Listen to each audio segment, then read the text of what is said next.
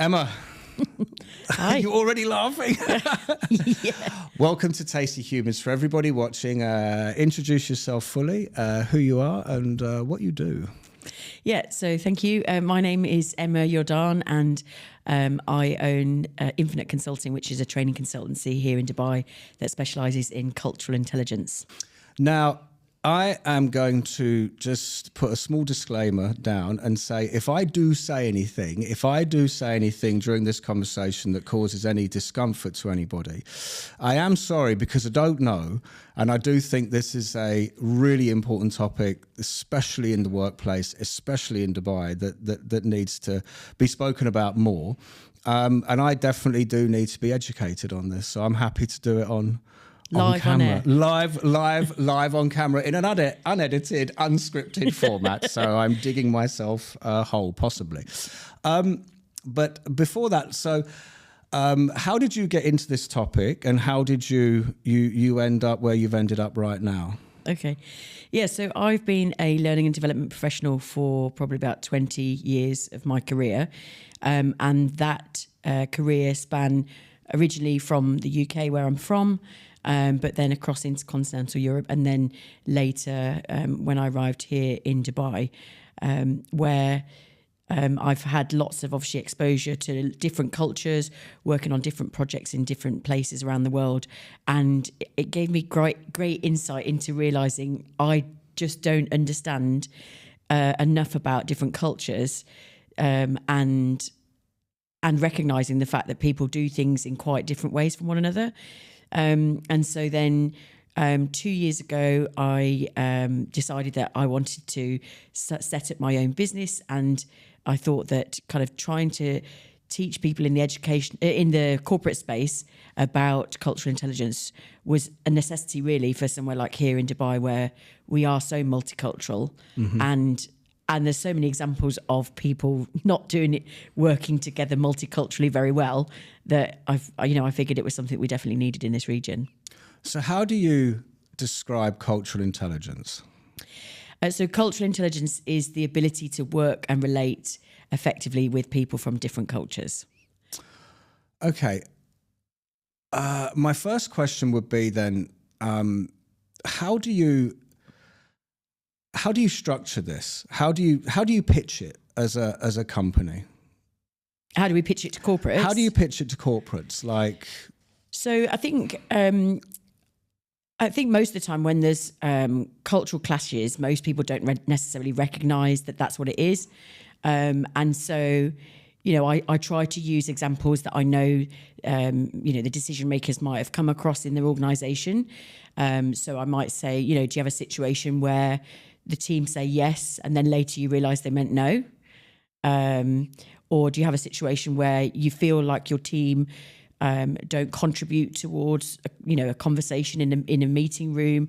You're kind of questioning why they're not sharing their input. So I try to use real life examples that I imagine they might have experienced in the corporate space, and then they say yeah, we do experience that, and then I'll say, well, that's culture. That's where certain dynamics of culture are playing out in the workplace, which is causing people to behave in the way that they're behaving, which in those scenarios is different to the person, to the leader. And so they can't explain away why certain things are happening within their team. Mm-hmm. But I then am able to kind of put some logic behind that, or some understanding. How do certain cultures receive the feedback? The feedback of sorry, because I'm so like careful inside my head. So when you start working with an organization and the process begins, like, do you receive, how do they take your like I say, your words or your feedback on their culture? I've worked in many organizations where people want the training to come in or bring people in to talk to people. And then when they give their results, it can be met with a level of pushback. Yeah. So I think the main thing to message really here is that culture isn't right or wrong. Mm-hmm. It's just that we might be working with people that have a different culture to us. And we naturally then label that as wrong, or we might use words like, oh, that's just weird, when actually we need to just be more open-minded to the idea that actually, there could be multiple ways of doing a certain thing in the workplace. There would be a way that I might tackle something, but if somebody's doing that and they come from a different culture, they might approach that an entirely different way. It doesn't mean that their way is wrong. It just means it's different. So in terms of framing that and framing the feedback to the individuals, I have a cultural intelligence assessment that looks at people's cultural value preferences. And when we verbalise that to them, again, we're not saying, okay, you've come out like this and that's not right. I'm just explaining to them, this is how you have come out. That means that your preferences would be, A, B, C. And then, in a team situation, it might be that when we then look at all of the feedback results side by side, we might see some really differing results. And that might mean then that they, as a team, need to think about, and how are we going to then work effectively together when we have quite different approaches to, for example, the way that we communicate or the way that we make decisions. And how does the assessment work? So the assessment is just a series of questions that you would answer yourself about yourself to determine whether you're more orientated in one way or another. Can you give any examples of what the questions are, or is it? So if we were looking at the communication scale, we're trying to determine whether you're more direct in the way that you communicate, or are you more indirect. So the question might then, ask. It might be asked in a way to determine the output of that. Are they more direct or indirect? And how direct or indirect you are in the way that you communicate in the workplace would determine something like whether you would feel comfortable in saying yes when you actually mean no. Okay. Is it similar to a DISC test? The DISC test is you're familiar with the DISC test? Yes. Is it similar to that where you're so DISC looks at your kind of personality type. Yeah. This isn't necessarily assessing your personality. Culture is determined based on your upbringing. It will be based on the way that your parents parented you. It will be based on the country that you were brought up in, therefore the overarching culture of that nation. And from there, then it would also be impacted by your life experiences. So it might be that you are, take Dubai, for example, or take my scenario. I'm from the UK, my husband's South African, and we're bringing our son up in Dubai. So, what will his culture look like? It will be a complete mix of both of the two of us, which is different because we come from different places in the world, and we're also bringing him up in another country as well, which has its own culture, again, and so your cultural preferences are based on all of those things, but your culture doesn't determine whether you're introverted or extroverted, which would be your personality. So that's something different. Okay, so you do the assessment, and then you give the results back to the company, and do they then? Is there follow up as far as now what could be perceived next as training? Yes, so there would be the assessment, and then following on from that could be a one-to-one session where I kind of debrief the individual in terms of, this is the output and this is what it looks like. These are some of the challenges you might face when you're working with people at the opposite end of the value to yourself. So if you're an indirect communicator, you might find more challenge when you're working with indirect communicators, as an example. So we'll talk through that. What are they likely to see in the workplace? What are their interactions likely to be? But we're then taking that one step further. So we're not just trying to make somebody aware of their style versus other people's, but we're also trying to say, okay, now you know that, what strategies can you put in place so that your interactions are more effective? So you recognise that, your way is not the only way, and you think about how you can flex and adapt your approach so that it's more effective. So as an example of that, it might be a leader is experiencing a situation with their team where they try and have a team meeting, but the team aren't forthcoming with their ideas or their initiatives. They kind of wait for the leader to speak. And then when the leader has shared their thoughts, they very much say, oh, yes, that's a great idea. Yeah. And they don't maybe then have their own thoughts or not that they don't have their own thoughts, they don't voice their own thoughts.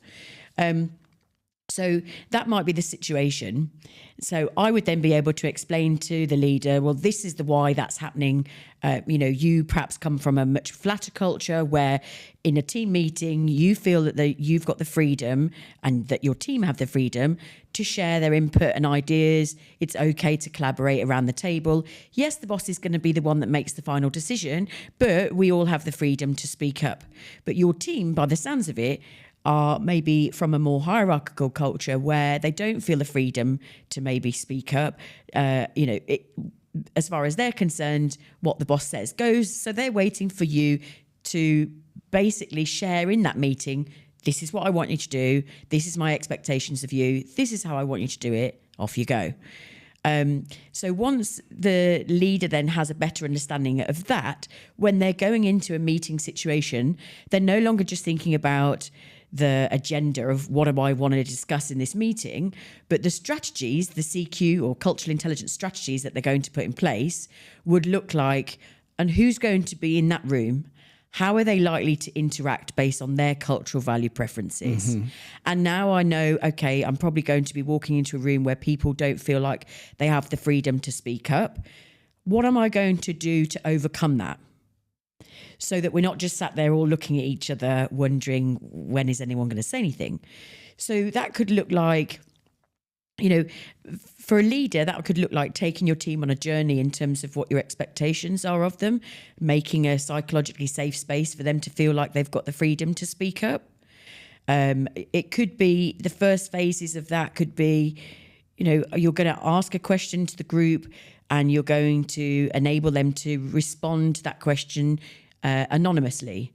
And then you're going to perhaps read through the ideas that were given anonymously, and you're going to champion and reconfirm, this is a great idea. Whoever came up with this one, great, thanks for sharing. So that you're kind of reaffirming that your contribution is worth something and it's valid and it's valued.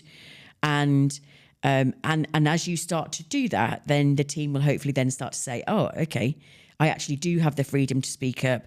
The boss does think it's valuable when I contribute. And so you'll naturally then start to take your team on that journey of getting them to contribute more freely in a meeting. I couldn't agree more. No, I couldn't agree more with what you've said, because I've always subscribed to the notion that you don't know everything. Okay. Yeah. That and the minute that a boss can actually, because I've worked with and for many people that don't understand that, that think that they know everything and therefore everyone else is here to execute. And I have seen and witnessed and been part of working cultures where that has such a I don't know if the right word is adverse or negative reaction, where how quickly can someone become devalued in their minds because no matter what idea they have, it just gets discarded. And you very quickly can stop having ideas. And then what that does to a human being, I think at work, where it just turns off. And what's the point in having ideas when nothing I actually get sort of can get over the line or anything like that? And then what happens to everything culturally it can be very overwhelming. So, go on, please. Just to respond to that. So the flip of what I've just explained. So I explained the leader comes from a flat culture. The team come from a more hierarchical culture. What you're explaining there basically sounds like a situation where you've got a leader who comes from a more hierarchical culture, and they're working with a team of people that come from a more flatter culture. So the team value the autonomy, they value the ability to share their initiatives and their ideas, but the hierarchical leader has an expectation of, well, I'm the one in charge, so I'm going to be the one that decides how we're going to do things, and you're just going to follow. I have to cut, I'm sorry. That is and I've said this before, one of the biggest problems with people like me. I can say it. I can offend myself. You know what I mean? But the thing is that, and when I say people like me, I say people in my position, people that have achieved, let's say, director level, okay? And we're supposed to have oceans of experience, and we're supposed to, we're paid significantly more than line staff and everyone else. And I think that one of the biggest problems that we suffer from is feeling that we're supposed to say something.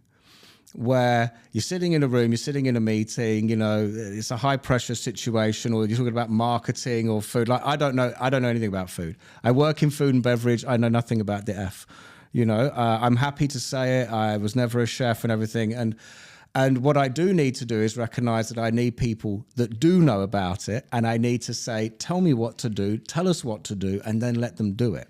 And I do think that in the hierarchical frame of mind, too many of us just feel that it has to be our way because that's how it has to be. Do you know what I mean? Otherwise, we feel maybe weak or insecure or challenged in some way, when what we should realize is that the best person to tell me how to set up the dish area in a restaurant is the guy washing the dishes. Do you know what I mean? Sorry, I had to get that off my chest. Yeah, no. So you said a few things there, and I was thinking there's lots of different ways I can kind of take that conversation in different directions.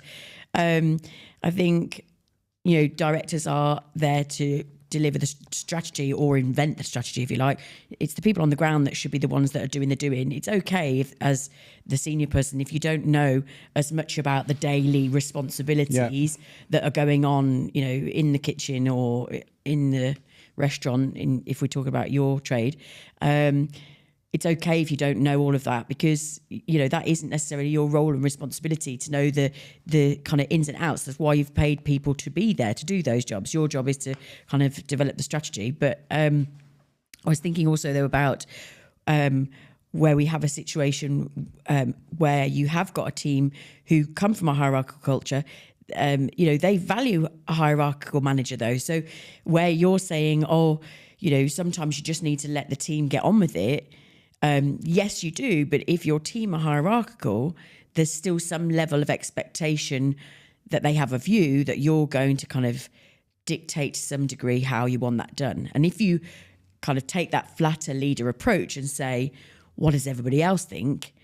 They could actually start to think, who is this guy? Like, does he even know what he's doing? The fact that he's got to ask me how to do it. So it's a. I'm sure a few of my team have thought that about me over the years. It's an interesting balance. No, I think that, and again, I think that it's where do you allow, like you were saying, it's where do you allow people to make decisions, and it's where do you encourage them to do so. And I think people do need to be pushed out of their comfort zones. I do think that people need to be challenged to say something, because I think you understand what they're getting into and how much they're invested into it. So what are some of the easiest ways that the the direct people could learn how to communicate better with indirect people? And I asked because when I did the DISC test, as I referred to earlier, I came out as incredibly green. You red? No, green. Green, okay. Like super green. And funny enough, for anyone that doesn't do these things, I encourage it, because you read a load of things about yourself where you go, oh yeah, I'm a decision maker and I'm about results and this and that. And then you get down to the flip side, where it says, do be aware you could greatly overpower people in conversations. You could shut them down and make them feel quite, I don't know what the right word is, but their opinion doesn't count. And I was like, I'm not like that, but you are, you know. But so how can the directs, you know, communicate better with the indirects? So direct communicators typically don't allow much pause for conversation. So, I mean, you and I are both direct communicators. Very uncomfortable. So anybody that's an indirect communicator listening to this probably thinks, gosh, neither of these have come up for air, like for a minute, and we're talking over each other. And that's just generally how direct communicators communicate. Where that becomes a problem, again, let's use the meeting scenario, is when you've got indirect communicators in the room who maybe prefer to have that kind of that pause, that time of reflection, to kind of gather their thoughts, and then they're going to kind of articulate what they want to say. If you've got them in the room as well and lots of direct communicators, the chances are they probably won't get much airtime in that meeting.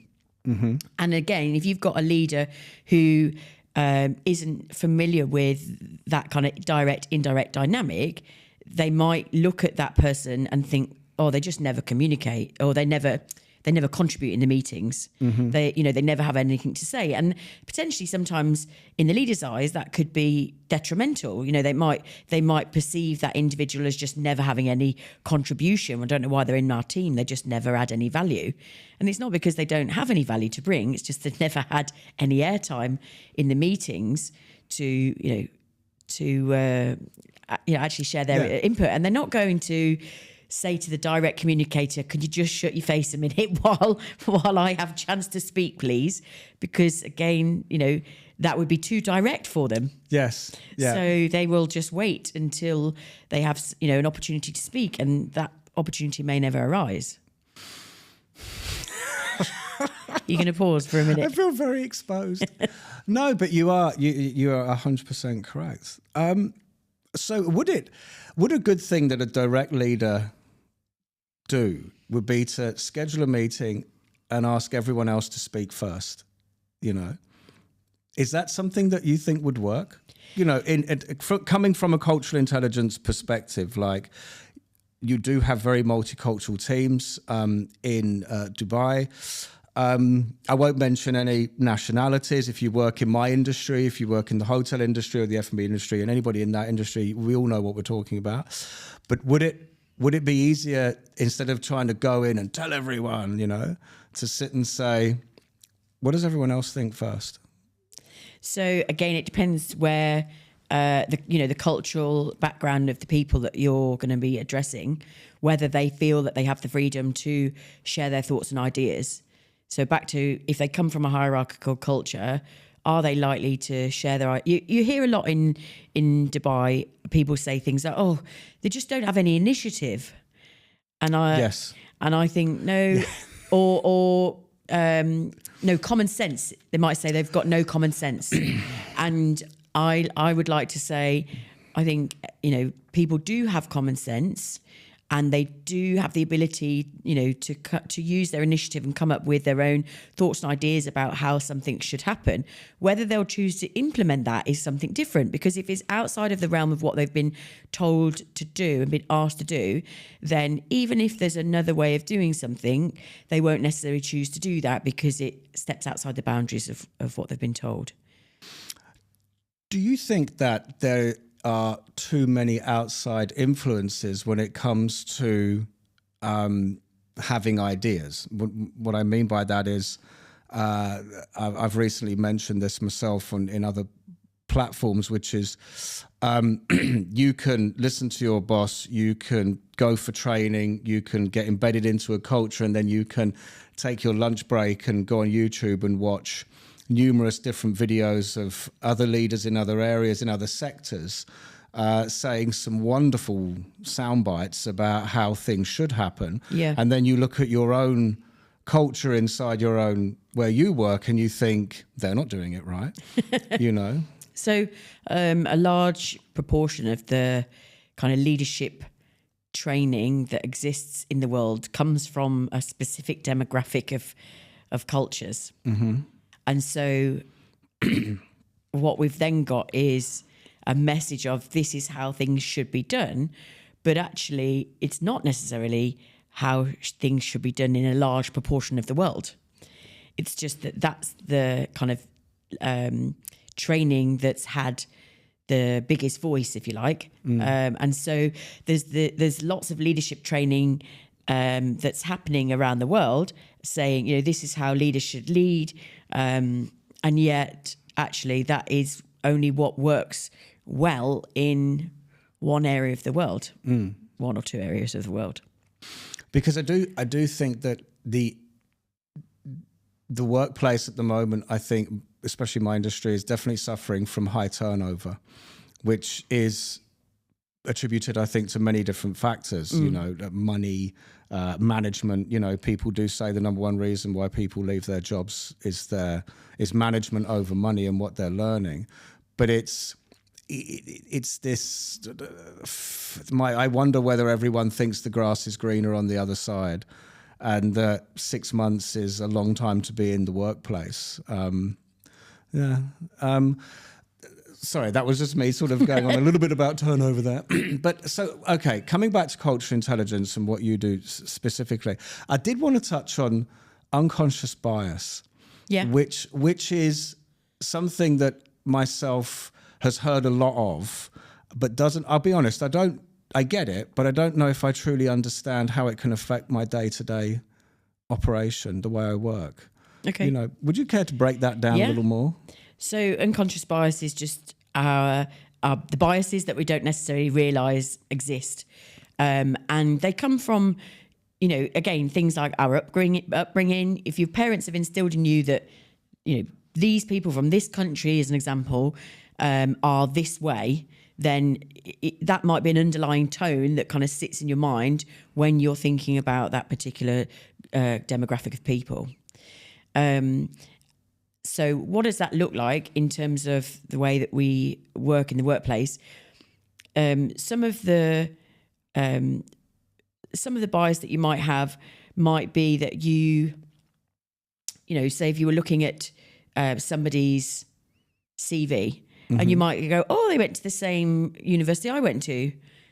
You'd then have a thought process of, oh, they must be educated so well, like because they went to that university.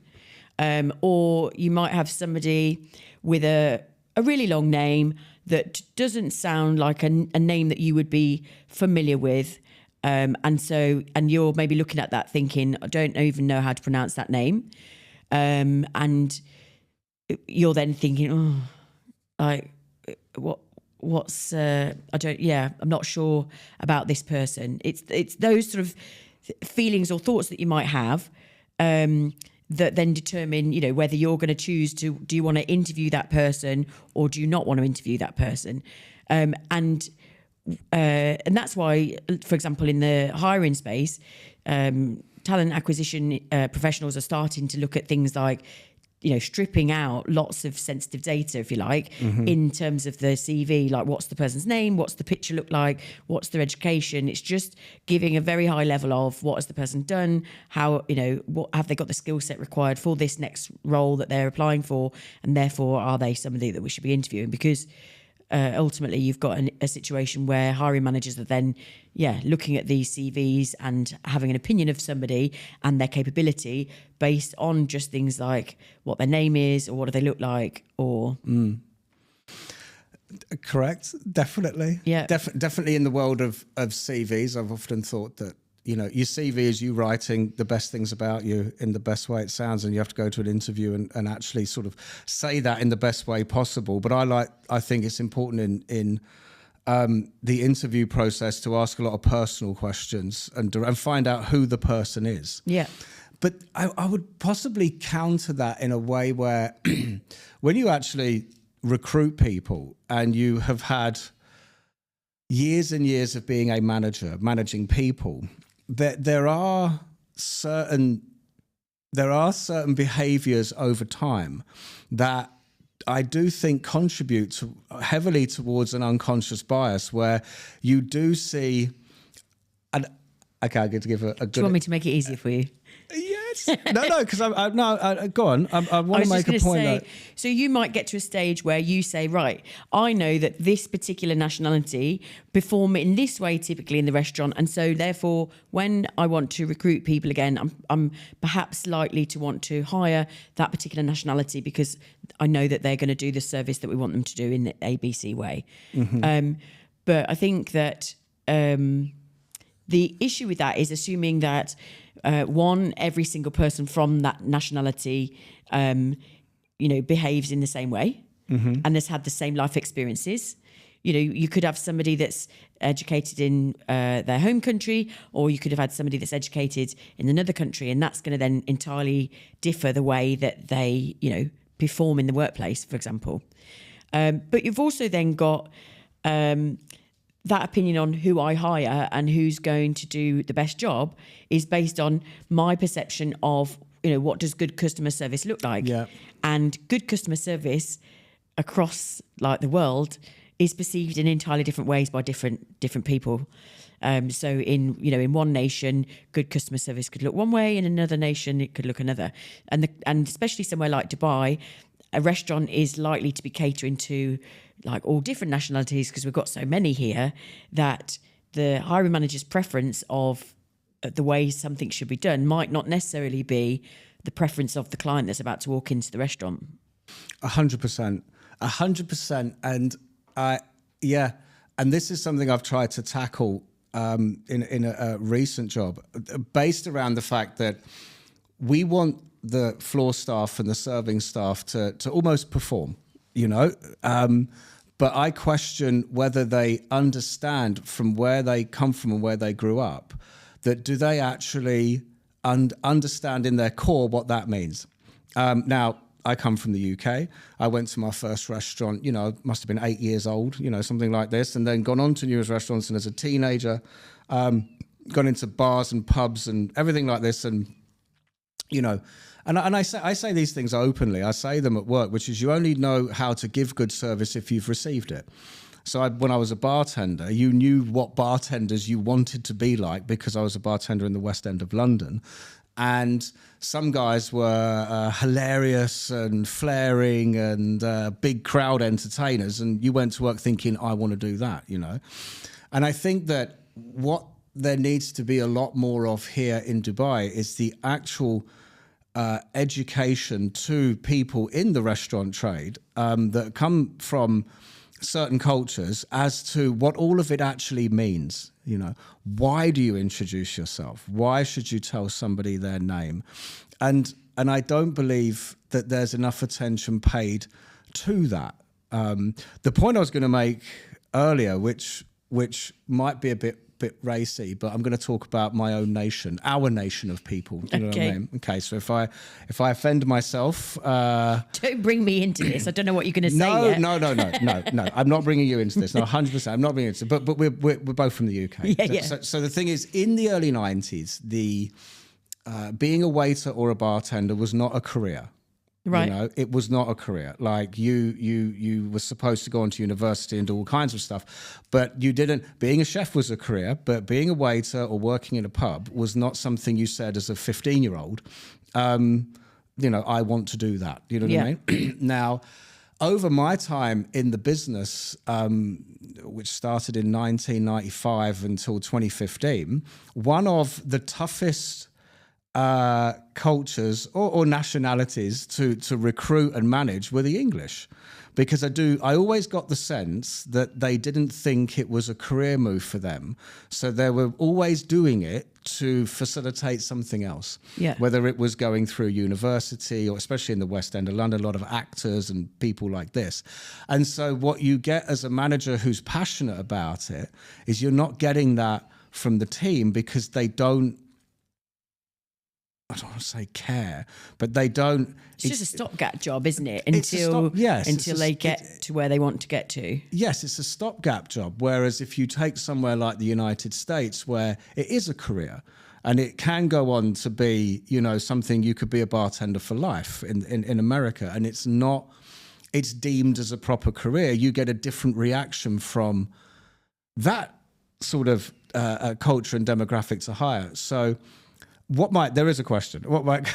Because you do your own podcast, so I don't know whether you're interviewing me or the other way around. But my question is that when it comes to the cultural intelligence, the more that people learn that, let's say, that culture this is going to be that culture of workers, that culture of direct talkers, that culture is would people steer more towards a particular culture the more they understand it? Well, I think once you start to understand a culture, it's easier for you to navigate those nuances when they arise. So the more we become more culturally intelligent, the more we can then, handle those challenges when they come up.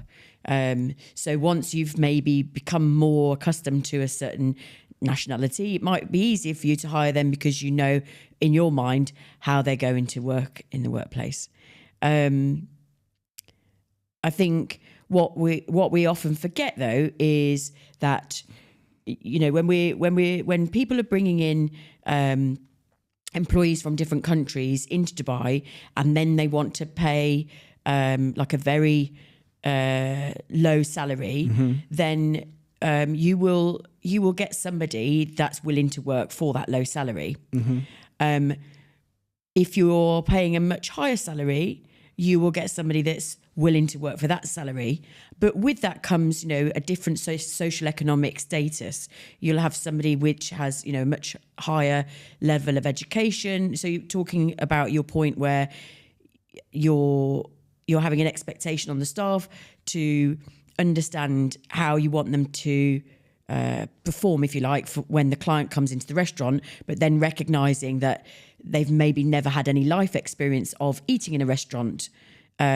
So there's that, you know, in terms of that educational piece of what do we expect you to do and how do we expect you to do it, you'd have to kind of take that right back to the beginning, because you'd have to kind of teach them that restaurant culture, and then they could understand, you know, what good service looks like, and then be able to, you know, behave in that way as a server.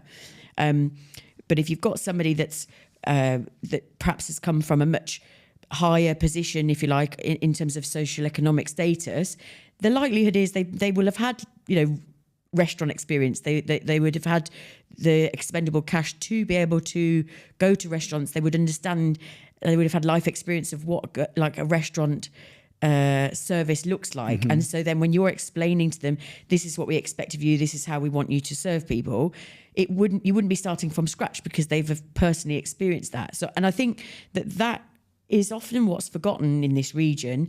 And, you know, when there is cultural clashes or a misunderstanding about why somebody in the workplace did something in a certain way, and it's not what we expected or how we anticipated they would do something, we're also forgetting, like, what are their life experiences?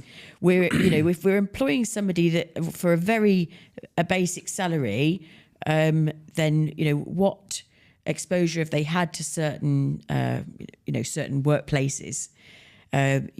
So I think then what unfortunately ends up happening is there's like labels then given to certain nationalities of people, where we say, oh, well, you know, these people don't even know how to do X, Y, Z. Yep. And so we then call into question like a whole nation's intellect, when actually you're like, when you're actually basing it on somebody that's maybe a driver who's not been educated, as an example.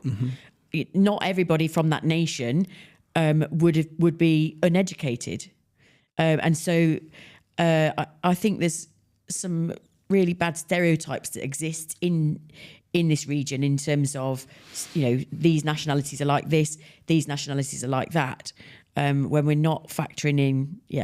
Well, we're not looking.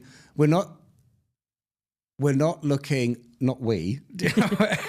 We as Dubai people. But we're not looking enough behind the person. Yeah. This is something I also think is extremely important, which is, what does a restaurant look like in your eyes?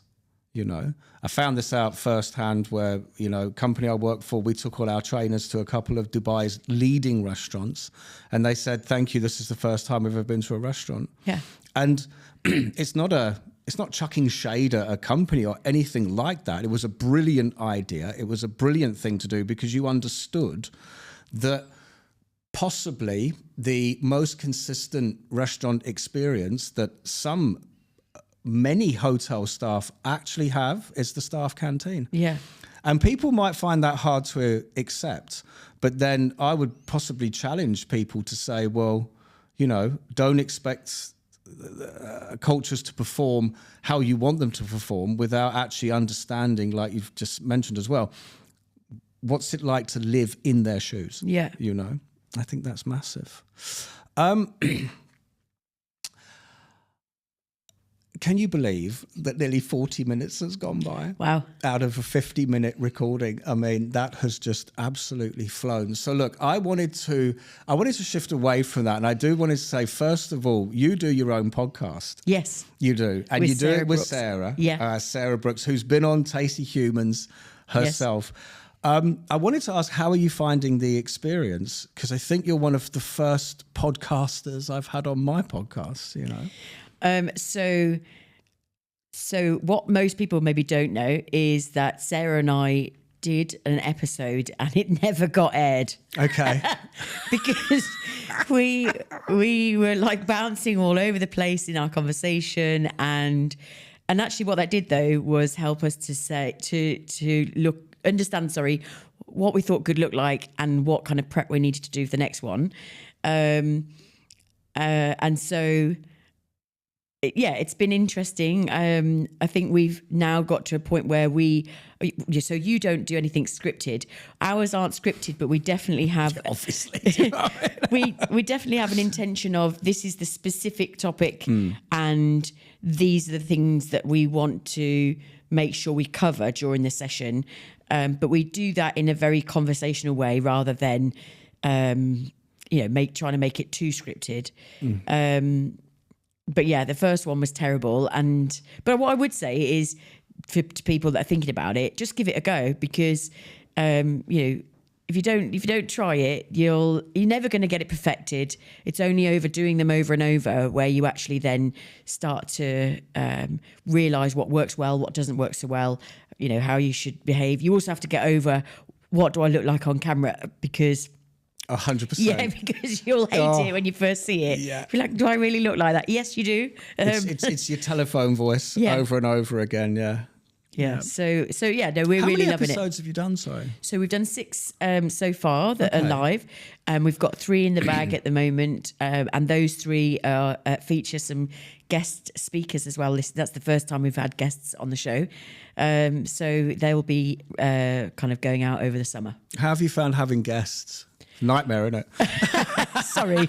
I'm kidding. I'm absolutely kidding. It's good, I think, to have another perspective around the table, and just to hear. We've got some other people that are professionals within the HR space or within the cultural intelligence space that are, adding to what Sarah and I can bring. So it's good. I've just sort of with cultural intelligence and HR, it's. Do you find now this is merging? Do you know? Because I think, like I said, I can't stress enough. I think the importance of this topic. So in terms of HR, are typically the decision makers for me about do they want to bring my company in to deliver training to their teams. So but it shouldn't be owned by HR. Cultural intelligence is something that you want to see throughout your whole organization, and it needs to be driven initially by the senior leadership, not just HR, because the senior leadership help to kind of create or set the tone for the organization. But we also need to make sure that we're giving the people on the ground level the kind of right language, the understanding of what cultural intelligence is, so that it's kind of coming from top and bottom at the same time. How much do you think the people at the top need to understand how much the world has changed? There you go. There you go. A lot. No, but well, I think I think that there definitely needs to be a lot more done in terms of the world is becoming more globalized. Every year basically. It's easy to get to different places around the world, and it's easy to remote work as well. So you are going to be working with people from all different cultures, even if you are yourself working in your own country. But for those people, people working here in Dubai, you only have to look around your team and you'll see, they come from here and they come from there. And so most teams are multicultural. And I think that it's just something that's going to continue to progress, and leaders need to be on board with the idea that cultural intelligence is important, basically. Look, I'm happy to call it out. No, I am, because again, like I've said on a couple of occasions already on this podcast, is that I've been around many organisations, and I've maybe even been guilty of it myself in my career, of pigeonholing people. I actually celebrated an individual in my team at the moment, and I was happy to stand in front of the whole team. And I'm not standing here going, "Oh, look how great I am." Not at all. It's more like I have actually realised that a particular he came from a certain culture, and I pigeonholed him 100%. I pigeonholed him, and I was like, "Nah, he's just that guy that's going to do that thing." And I'm not going to go into details. I'm not. But then he pushed, and he came, and he said, "No, I'm ready for more." And it's the only person in the organisation that has ever come to me and said that. And that's when I thought, okay, he's got this thing about him that wants to do more. Then I had to sort of make a shift in the management teams, and I put him into a different venue. And it really was, I'm happy to say it, just to get the other guy out, because I needed him to do something. This guy went on to just be my most solid, trusted manager, where I don't care who I annoy with the statements, but that has listened to me and my messaging, and he doesn't report directly to me, but has listened to my messaging and the things I've wanted to achieve more than I think most. And I couldn't speak highly enough of him, and I got him to stand up in front of everybody and said, this is an example of how to conduct yourself in the workplace. And I do think, and I look at this particular individual, and it taught me a lot of lessons on pigeonholing. Yeah.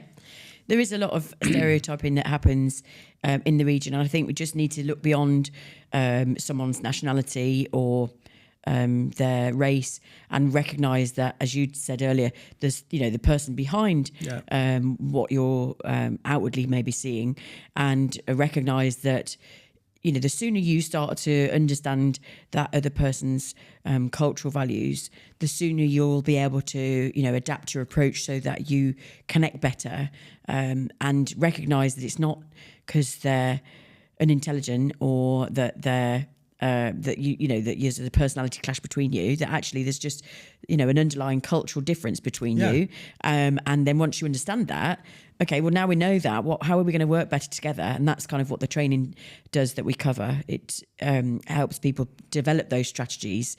This is your team. You are all very different from one another, but how are we going to be effective together? Because there's evidence that shows that diversity in a team actually generates greater productivity and greater innovation, with the caveat being that we're culturally intelligent. So if you're working in a not very culturally intelligent team, I wouldn't say that you would get those benefits. But if we've kind of trained and educated the team to be thinking with an open mind about how we're going to work effectively together, you'll get greater productivity and growth. I've just thought of another question, but we're going to have to save that for part two. Part two, yeah. But also, now on the table in front of us is your book. Yes. Which I wanted to ask you, how was the book writing process? I think everyone understands what the contents is going to be. Yeah. But how was the process? Like, was it something you always wanted to do, or was it something that you felt you had to do it? And what was it like creating a book? So I think I just recognise that there's a real gap at the moment in terms of people come into Dubai and then later they say, people that have seen the books have said, I wish there was one of those when I arrived. And so there's definitely people that need it, but I don't think there's enough done for people that are arriving in the country. There's an assumption because they're technically competent at the role that they'll just fly. And the piece that's forgotten is they're not from here. They don't understand what it's like working with different cultures, and so that no one's even helping them to think about how do they set up their utilities, what's the best school that they should be sending their kids to. Like, all that's just kind of left for people just to struggle and kind of just limp along until eventually they go, oh yeah, actually this is what Dubai's like, and I've now settled in. But that first year I always say to people, it takes a year to relocate and just feel like you can call it home. And so this book is designed to, help people just start to better understand the culture in the region. And it's not specifically about Emirati culture, because as much as Emirati culture does underpin the culture of Dubai, the likelihood of you working with Emiratis in the workplace, unless you've got a certain type of role, is quite slim. You're probably more likely to be working with people from other nationalities. So the book isn't about specifically Emirati culture. It's about how do you work effectively with different cultures.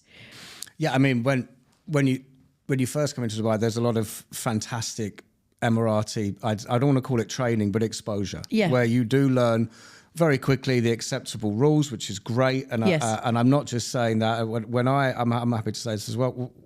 Before I moved here, I had a view of the Middle East where the let's say, oh, you can't do that, you have to do that, and you thought, well, why would I want to go and live there? Coming from the UK, where we feel that we have this freedom to express ourselves. I think people are going to know what I'm talking about. However we want to do that.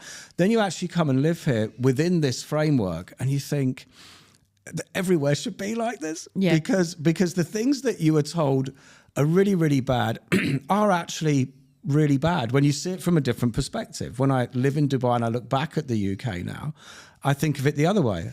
I'd never go back. Yeah. No, I just wouldn't. It's a much more pleasant lifestyle here. But yes, so you do get a wealth of Emirati knowledge and training when you come here. But I agree with you 100% that it's so multicultural here that there's probably not enough done for everyone else coming in to say, how do you actually arrive and start to understand each other? So I think your book is going to be great. Well, the ambition at the minute is to try and get it on the shelves at somewhere like WH Smith's at the airports in places like the UK, so that, when people are setting off embarking on their journey to Dubai, they think, oh, actually, it would be useful to read this. I just think if we can try and equip people with the knowledge before they get here, that would be great. We're seeing a huge influx of people from different countries at the moment, but for me, it's predominantly. I can see that lots of people are coming in from the UK, and I don't know if that's just because I'm from the UK that's why that's kind of come to the forefront for me personally. But I do think that people coming into the country do need to have a greater understanding of, the culture here, what's expected, what's appropriate, what's not appropriate. But then on top of that, then how do I thrive here rather than just survive? Love it. I love it. Well, look, this has been wonderful. It's been crazy inside my own head trying to navigate it. Do you know what I mean? But I do think that your message is fantastic, and I do think it's really needed. I really, really do. I'm not just saying that because you sat in front of me. We've met once before. We had a great conversation about doing this, and we finally got round to doing it, and I've thoroughly enjoyed it.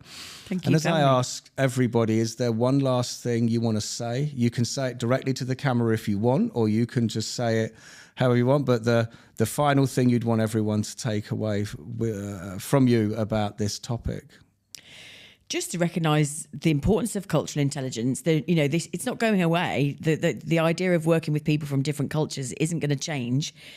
So the important thing is to really think about how you can have some intellect around working with other cultures. And that for me is thinking about your strategies, how you can flex and adapt so that your interactions are more effective.